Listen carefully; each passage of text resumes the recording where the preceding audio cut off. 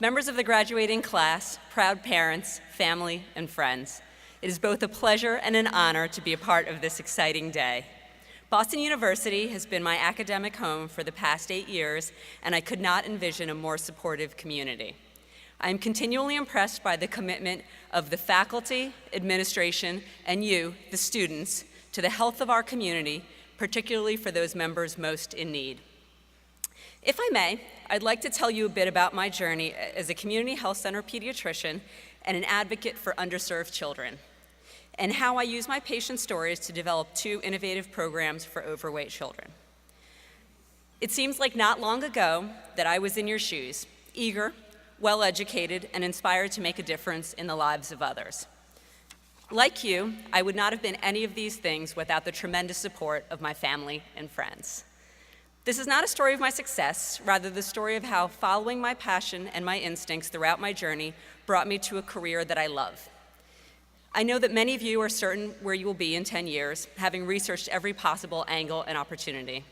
And then there are others of you who see the broad array of choices and are not sure where you'll end up. I was a combination of the two. I always knew where I was going to be in 10 years, I just was never right. I once believed that a few good decisions would set me on the right path. As I progress, I am increasingly aware that my path has not been determined by a few substantial decisions, like which professional school to attend or which job to take when I completed my training. Instead, it has been carved slowly by the small decisions that I have made every day. Throughout my training, I devoted much of my attention to my underserved patients. I did not choose to work with a specific population within pediatrics before I began to train. I simply found it rewarding to help where I was most needed. I considered a career in international health, like many of you. Then I became aware of the unmet need of the American poor, and I realized that I did not have to travel far to serve those most in need. As you think about service, especially for vulnerable populations, certainly consider the developing world, as the need for infrastructure in many nations far outstrips our ability to provide it. But consider, too, underserved America. There are so many communities where substandard health care, housing, and schools limit the health of families.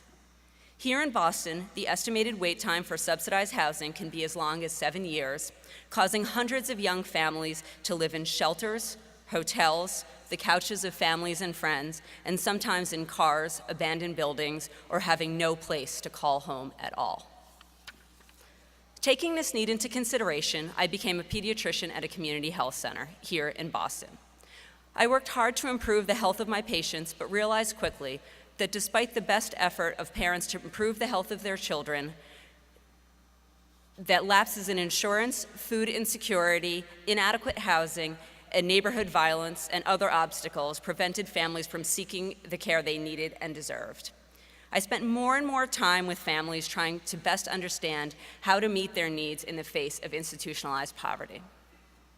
This is how I developed the Healthy Weight Clinic. I was seeing patients in a community health center here in Boston where 42% of children were either overweight or obese. The standard at the time was to refer these patients to a specialty clinic at one of the city's children's hospitals. Wait times to get an appointment ranged from 4 to 6 months. In the interim, the children I referred would get heavier and less motivated. Ultimately, many would cancel or miss their obesity clinic appointments and come back to me, distraught. I would ask families why they did not go to their appointments, and the most common answer was that the hospital clinics were unfamiliar and less accessible from their homes. For patients that did not speak English, the barriers were sometimes as simple as not having signs within the hospital that they could read. I realized that my patients would benefit from an obesity clinic within their community. I began to conduct planned obesity visits within my community health center. My patients were happy to have their obesity treated by a familiar face in a clinic inside their community. However, I was booking 4 patients an hour, and obesity is an incredibly complex issue. Dietary evaluation and physical activity planning are mainstays of treatment. Each visit was taking 45 minutes or more, causing me to run behind for the duration of each session. I attempted to see my patients briefly and then refer them to the health center dietitian, but many would not make it in to see her. I realized that we both needed to be available at the same time to be most effective and efficient, and to be respectful of our family's time. This may seem obvious, but was actually novel 5 years ago and remains uncommon today. I approached my administration and asked for a block of time where the dietitian and I could see patients together. I was supported provisionally, but told I needed to see enough patients to sustain the clinic, whether they were obese or not. In the early days, I would see one obese child and then 2 or 3 sick visits and then another obese child. It was challenging to deliver the optimal care in that setting, but I was determined to change the paradigm.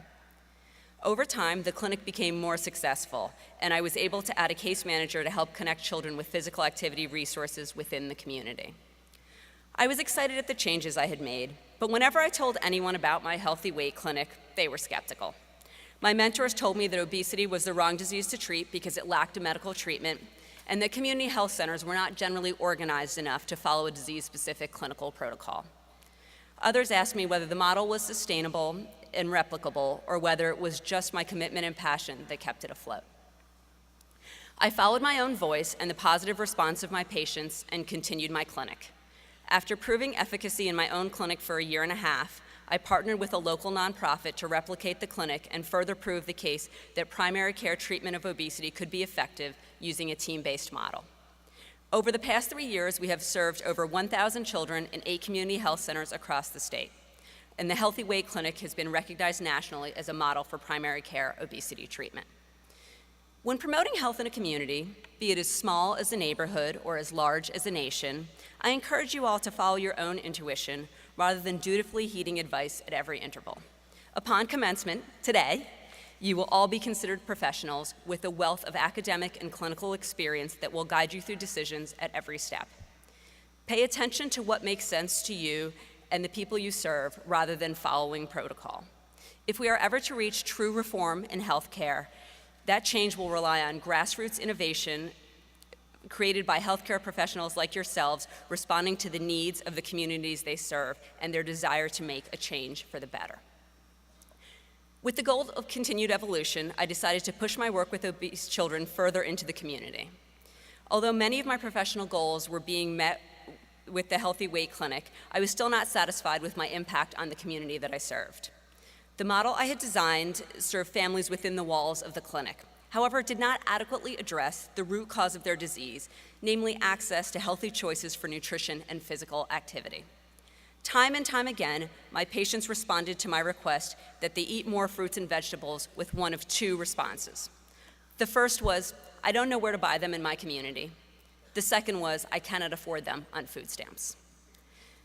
With my Healthy Weight Initiative team at Ceiling and Visibility Unlimited, the local nonprofit that I work with, I began to search for ways to provide better access to fresh fruits and vegetables for my families. We were fortunate enough to meet the leadership at Wholesome Wave, a national nonprofit dedicated to increasing access to farm fresh produce for underserved families. Together, we launched the Fruit and Vegetable Prescription Program. In this program, healthcare providers are given privately funded farmers market vouchers to prescribe to overweight patients and their families.